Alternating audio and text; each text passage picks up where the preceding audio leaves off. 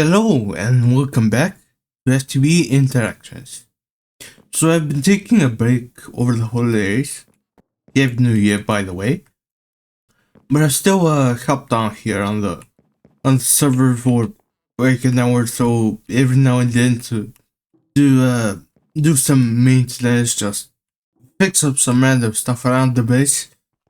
Originally, I was going to do a segment where I was going to do a recap of all the stuff that I've done, but I've looked at the list and honestly it's quite long, so I'll probably just recap them as I go through them. So to start off on a bit of a funny note, remember I think last episode that was when they said that these fluid sparks connecting to the conduits didn't cause any problems? Well, it turns out it did, because over here, I think it was this fluid sprayer wasn't supplying liquid starlight, and I guess I just heard a really big buffer before and I didn't catch it.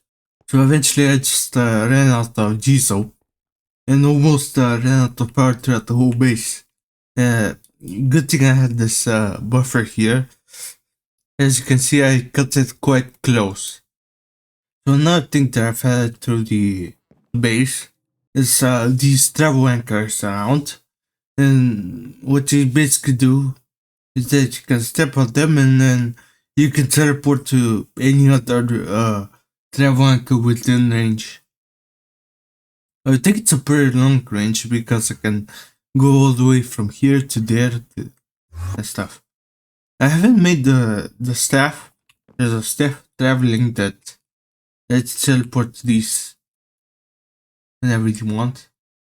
But it requires an end request and I don't really want to bother making that right now. So one big thing that I made is that I added quite a bit more blast furnaces here. So I had the crafting setup here with steel. I've also had another one for I believe chrome and aluminum, right? Yeah. So these are basically the same setup. And I just have them next the wires over there in the storage. Now I've added these blast furnaces right next to each other to make use of a mechanic called wall shedding. Basically, wall shedding allows two multipacks like these blast furnaces to basically share a wall. So this wall over here is used by both this blast furnace and this one. And what this basically allows me is to use basically less resources making them, because I serve 16 coils, so I won't need to use 10. Right now it doesn't matter obviously for these cup nickel coils, but it will matter for pretty much all the other materials, because everything else, nichrome, tungsten steel, and superconducting, these are all quite expensive. So you know, if I can save just a little bit of resources on them, I should. Also, this blast furnace over here does stainless steel, and I've converted this one over to do nichrome. And these are a bit of a different setup. So I just have a supplier with obviously nickel chrome, and basically just keeping the simple bus in stock. And I have the output bus just pointed upwards into a normal logistics pipe, which takes into my logistics system. The reason I did this is because I have these stored in a different location. So I made this room down here. I haven't made the walls yet because I don't know what I do with them. Basically, I have them set up in caches down here, and on the back side of these caches there's a inventory socket. It basically reads how much stainless steel or whatever else is inside. Then it adds a redstone signal into this basic redstone interface. I think if I hold the tool this redstone tool.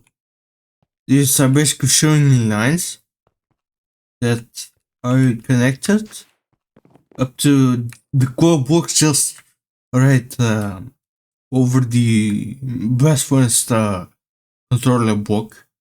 So in essence, what I have a certain amount of stuff inside there. It will send the redstone signal to the core block here, and then on the upper side of the blast furnace block, I've placed the machine controller, and it's set to these settings basically. So whenever there's a redstone signal on here, then the machine stops working, and that's about it really. I've made this for the stainless steel as well, just because the active suppliers like max out at 2 stacks per slot, so it takes a lot of slots to do like 500. So with a pretty decent supply of Nichrome now, I can finally make the next tier of coil, which is the Nichrome coil block. And the recipe is exactly the same as always. I don't think it actually changes. Yeah, so basically I just add the recipes in the crafters and I'll be right back. Alright, so I've added in all the recipes. So now I should be able to request some Nichrome code blocks. 8 should do for now since I'll get 8 more quest reward. Alright, my codes are ready. So now I can grab the extra 8 from the quest reward.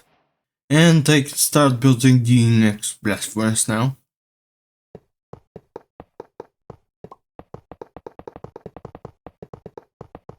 And there we go.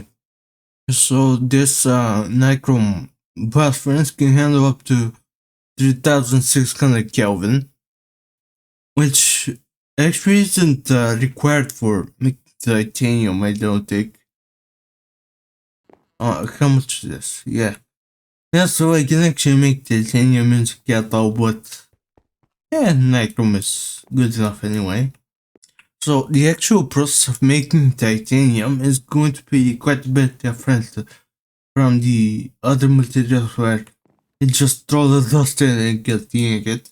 I'll need some magnesium and some titanium tetrachloride. Magnesium I can get from ore busting. And I can also set it up as a recycling process, I think. Which I think I will actually do. Since it seems easy enough. And I do get, well, not all of the magnesium, I do get some of it. So that's good. I have like 2000 magnesium here, that should last me for a while. One other thing that I need for the titanium is going to be rutile dust and carbon and chlorine, but rutile is going to be the problematic part. And the main way to get rutile is going to be through processing bauxite through an ore washer, I think. That's not how it works. Oh, I guess it's just purified piles of bauxite dust. Yeah, so that's how I can get it. Now, I've actually set up a kind of an alternate system for bauxite specifically, where it goes through this conduit, basically skips the washing step, and it goes directly to here to get crushed up. And the reason is because impure bauxite is pretty much the only way to get gallium dust.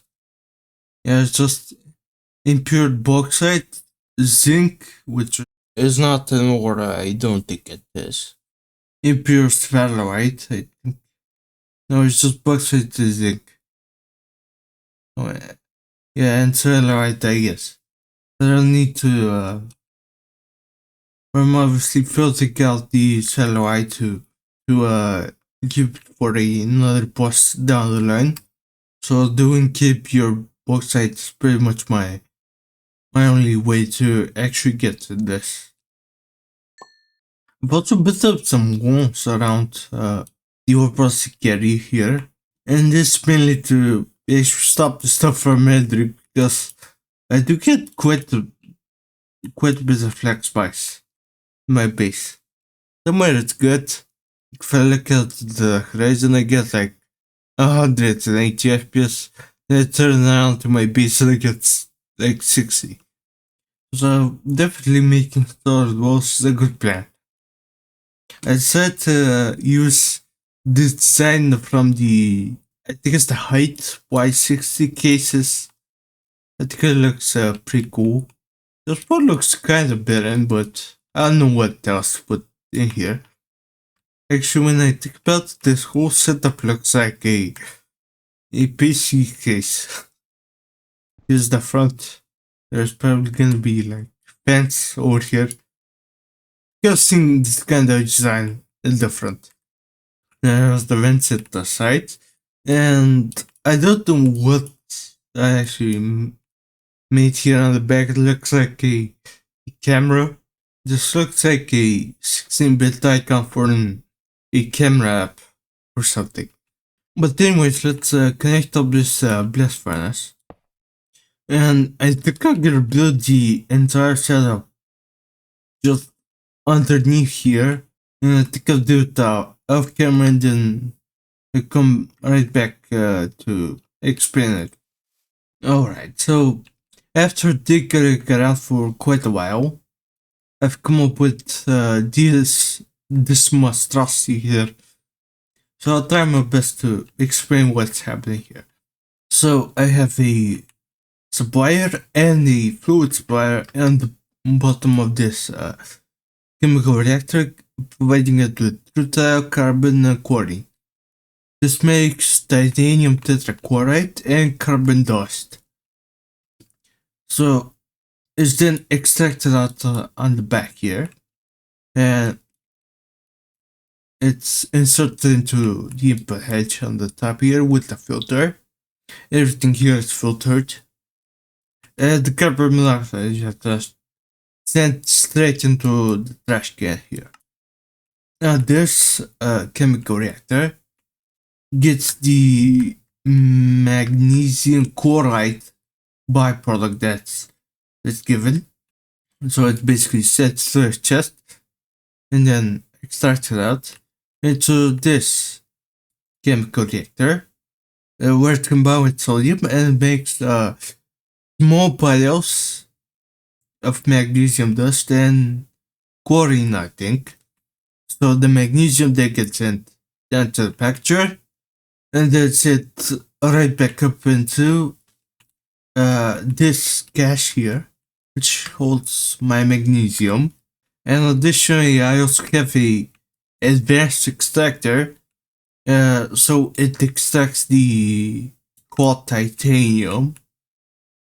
And I've also set the task to be on low priority, so eventually maybe this thing can fill up with glowing. I don't exactly know if that can ever happen. But basically the fluid spreads are here to keep things filled up so the process works, and then the recycling parts, help out a little bit. I did disable route robin on this, so I forgot to set the exact insert it. Yeah, that's the problem. Yeah, now it should work. So I wait with the coin there, but it's fine. So now I should have a fairly steady supply of titanium. I've also set up it to go directly in the vacuum freezer here. So if I check my system here, I should have titanium ingots now. Yeah, I have 6.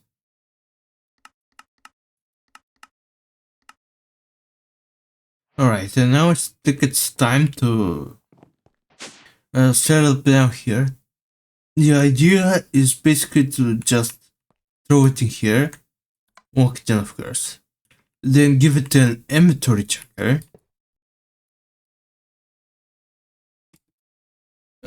So how much titanium do I want? Let's say 1024. Alright, and now that should go into a basic crystal interface. Now, I'm not really certain if these actually spill out the redstone signal. If they do, then I can just space them out. I don't know, I didn't seem to do that before.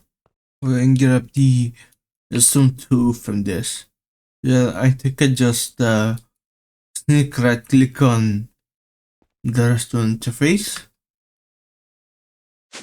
Then go up here to my blast furnace. Click down the core block on top. And now I should see a little laser beam, so it should work. So let's add in the machine controller on the top. Then I believe the default settings just work.